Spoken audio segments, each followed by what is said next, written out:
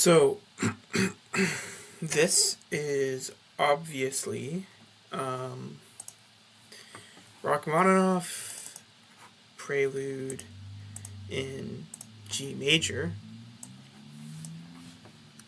Opus 32, number 5.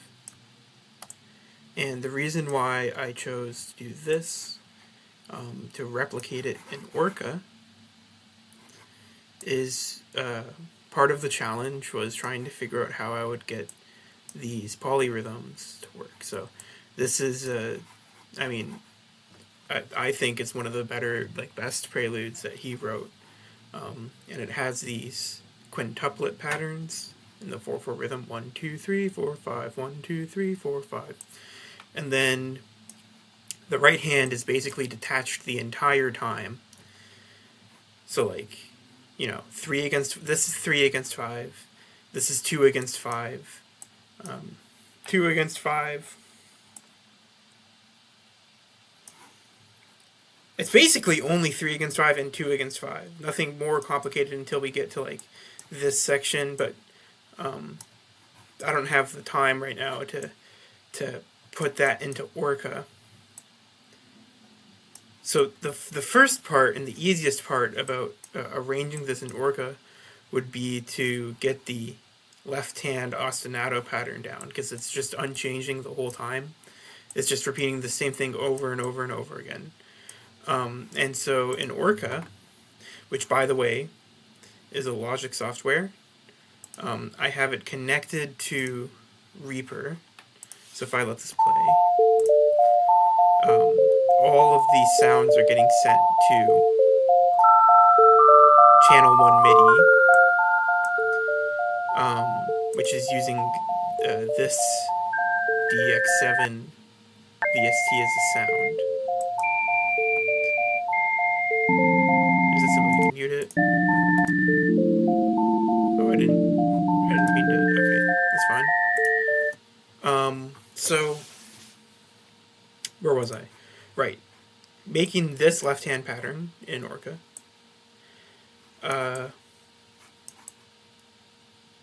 So first of all, I have to mention that this is in G major / E minor. F sharp. But Orca has confusing conventions when it comes to note names. So for example, if we look here, down here in the bottom left, I've got 0, 4, and then a capital G. And then if we look here, I've got a 0, a 1, and a lowercase g. And actually, when I had the notes arranged out, the scale was essentially, I am unsure whether or not it's the capital letters or the lowercase letters that are the sharps or the flats. If it's sharps or flats, but whatever one's the natural, no idea. But key is relative, and you can fix it in the DX7. Not this. In the DX7 VST, you can detune your musics. I could figure it out because the DX7 VST shows me what notes are being played, and so I'm pretty sure that the lowercase b signifies B sharp, which is just a really confusing way to do it. And it sucks because the uppercase letters are operators. Uppercase U is an operator, right? And it actually does stuff. Lowercase u is not an operator and it doesn't do anything. So you would expect the natural white keys to be the lowercase letters that don't do anything in case you're moving them around, which is very often what you're doing in this program. Anyways, it's just a tangent. This is why this would sound kind of off key if you were to compare it to the real recording. So we're talking about how to make this ostinato pattern in Orca. So it's very simple. You're just going to have a generator, and this was before I knew that X is just a better version of G if you're only making one thing at a time. And this G generates U amounts of the E operator every 1 frame. And we're running this at 300 frames per second, I think. I think that's what that means. It also might be 300 BPM. That might make more sense. And each beat is 4 frames or something. Or maybe it's 8, considering this here. I'm not really sure. Basically, it's fast. And I could slow the tempo down and get rid of this blank space here, these H's. But part of the challenge, of course, and I was thinking ahead when I made that, was needing to have these polyrhythms in there which don't line up exactly with the notes. So if we have it going really fast and then we space out our left-hand notes, then there's 6, like,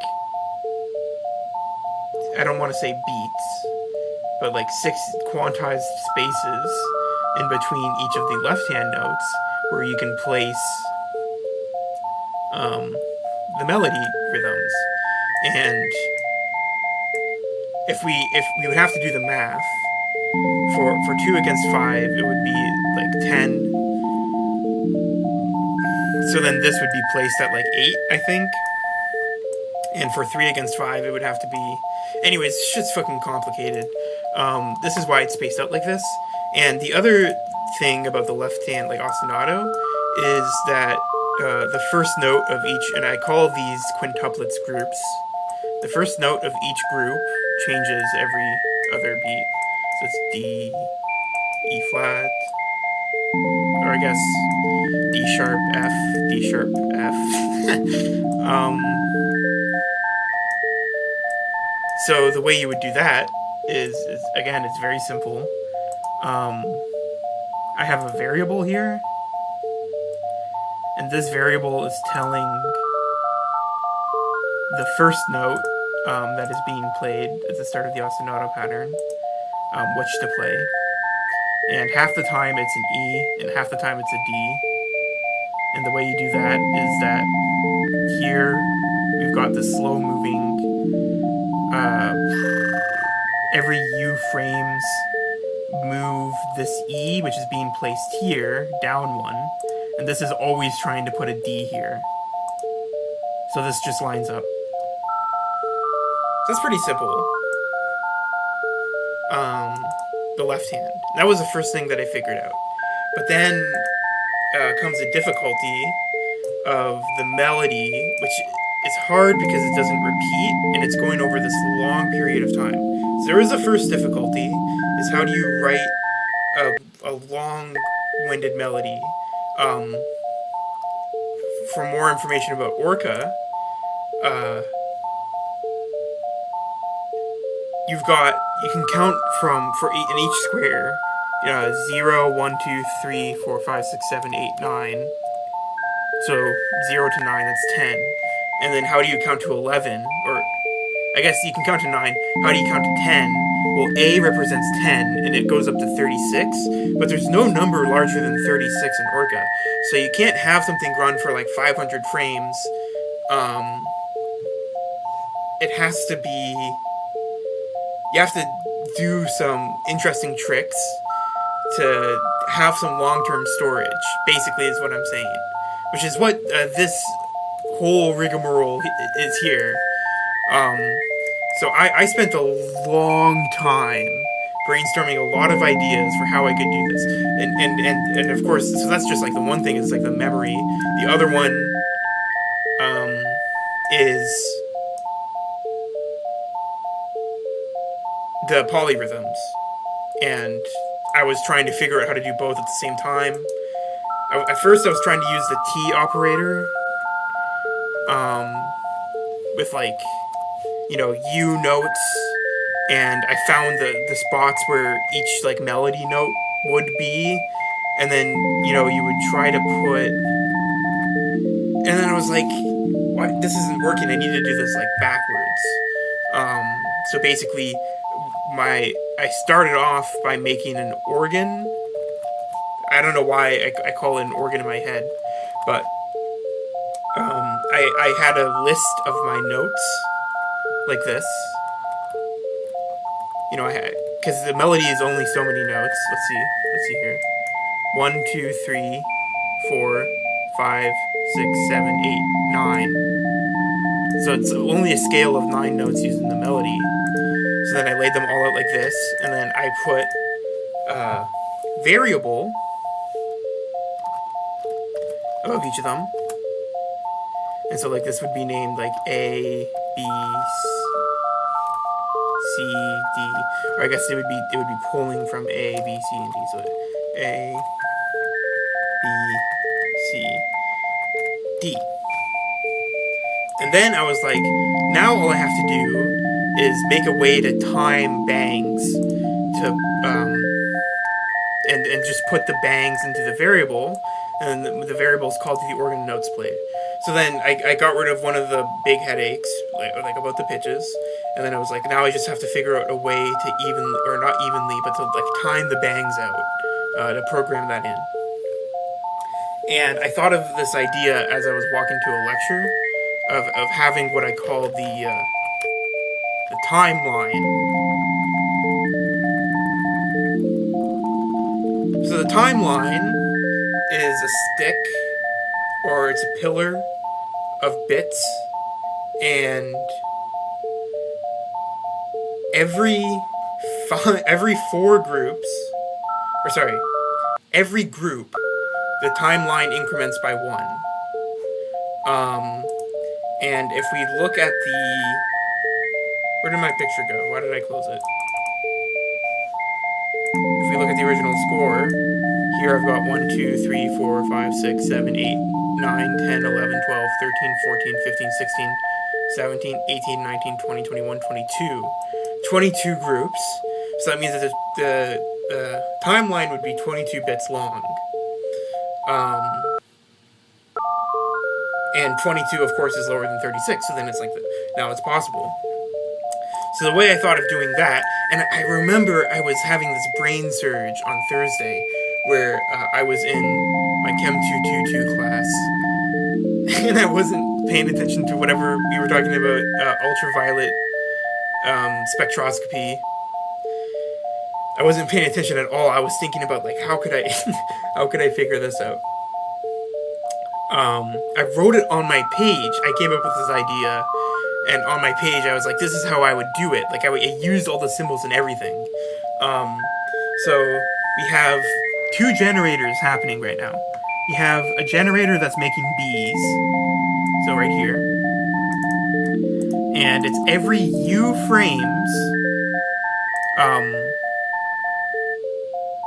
Every U frames, the X makes a B 1 lower than the one before it, M times, and then it repeats. So every U frames is the exact length of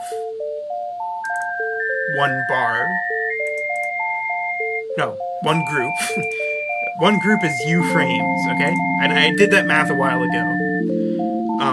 And M is the value for 22. And I put them on each of the pillars. 1, 2, 3, 4, 5, 6, 7, 8, 9, then 10, 11, 12, 13, 14, 15, 16, 17, 18, 19, 20, 21, 22, 23, 24, 25, 26, 27, 28, 29, 30. So U is 30, you see, and M is 22. So there's 1 generator that's making Bs, and there's 1 generator that's making a blank space. So it's making a blank space, and it's 1 lower than the one making Bs. And so every group, we've got a blank space being made, and then a B that's filling in the blank space before it. And so this is what I call the timeline.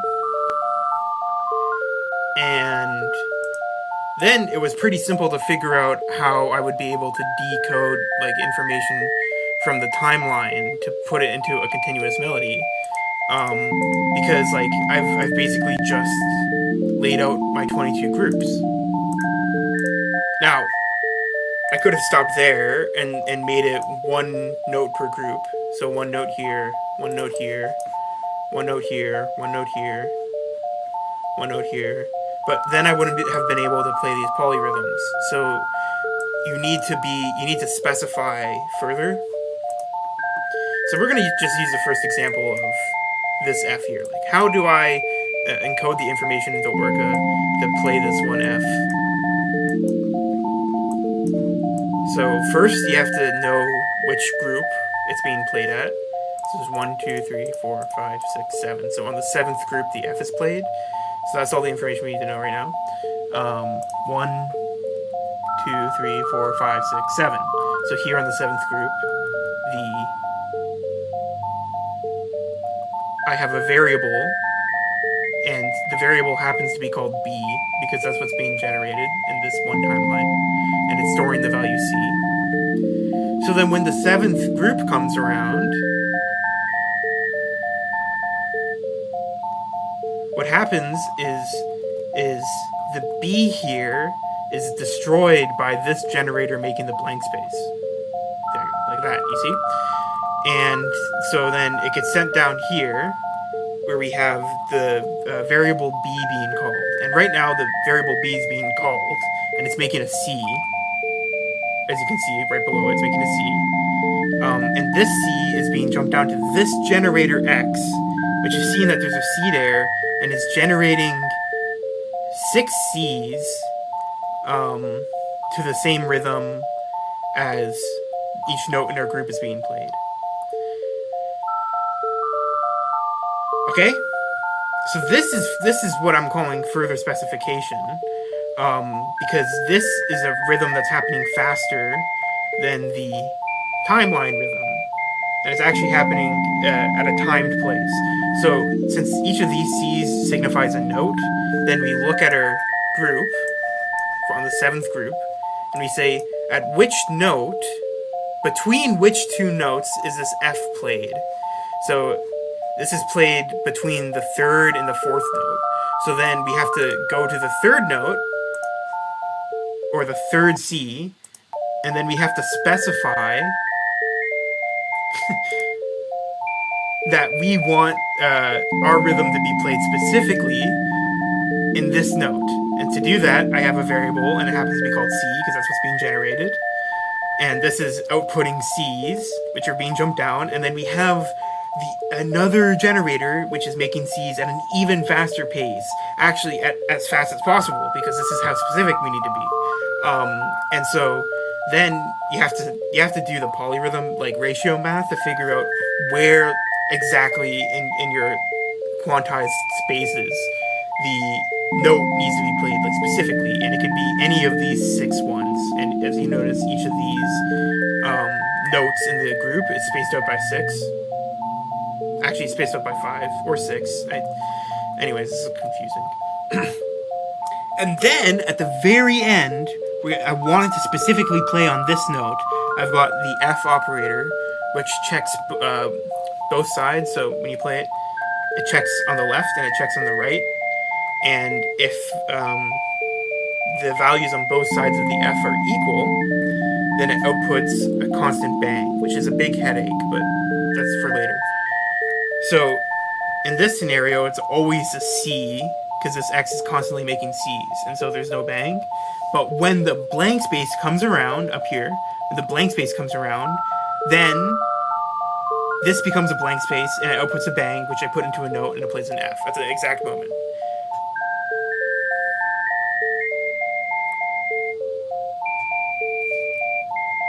So then you just use this idea, and you repeat it how many ever times you need, concerning how many notes are being played in your melody.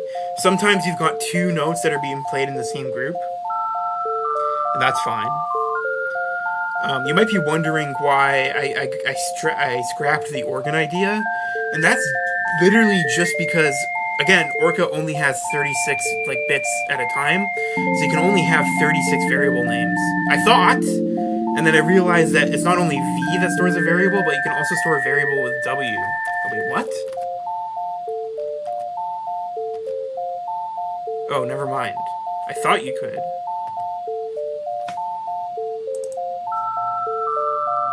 What? No, W travels west, bro.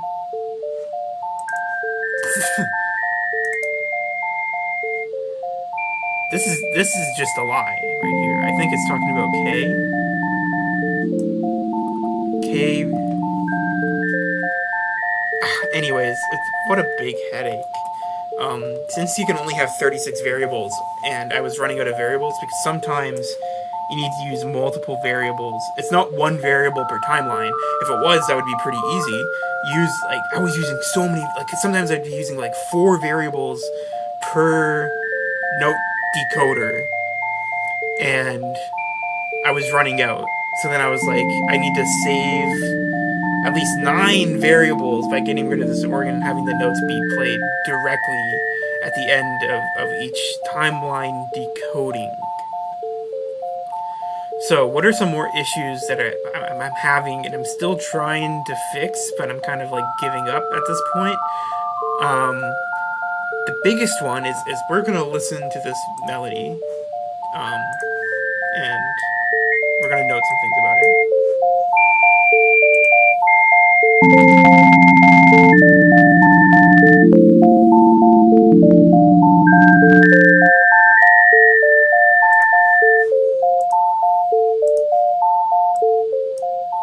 So what's happening is that the F is checking every frame whether or not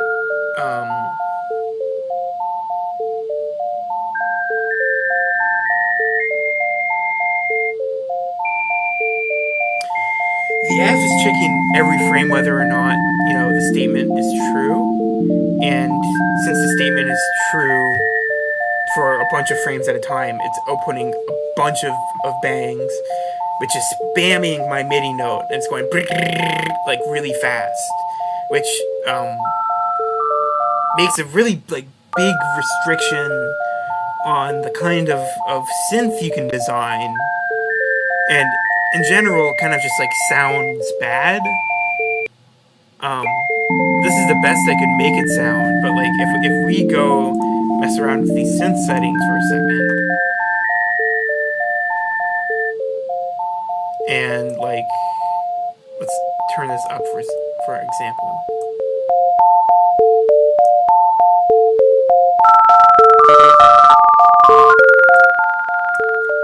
See, hear how it if you have the sharpness of the note turned way up,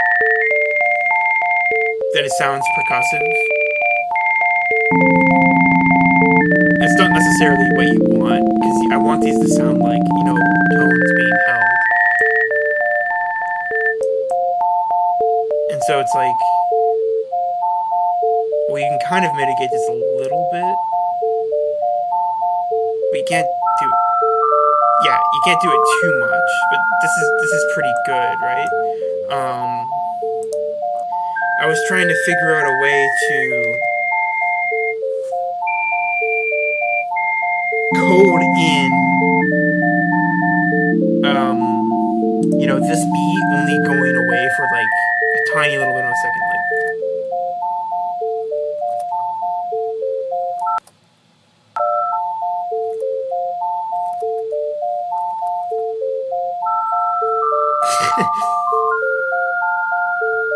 Now, I did think of one possible way you could do this, and it would require elongating the timeline, but it wouldn't be possible with this timeline specifically since it's 22 groups long, and you can't go over 36, and 22 times 2 is 40.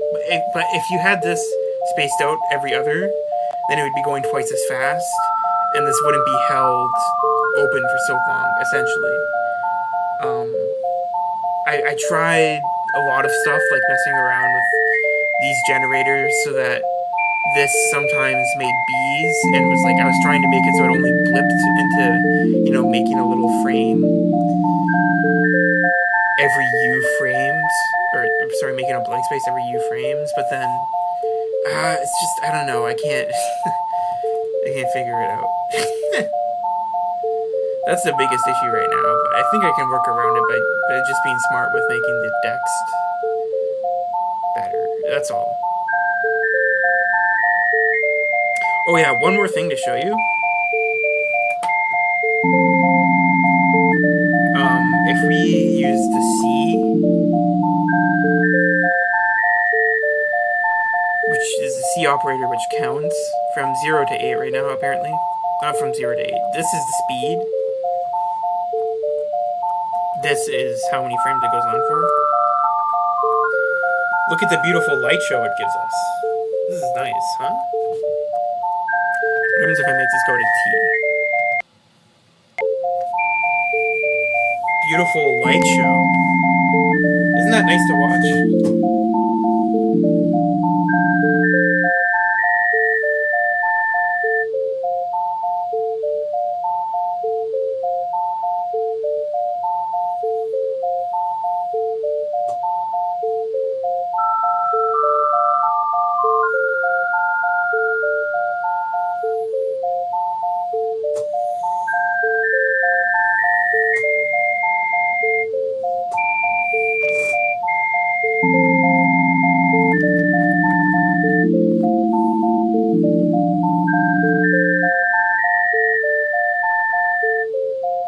It's like water, like falling down like a water show.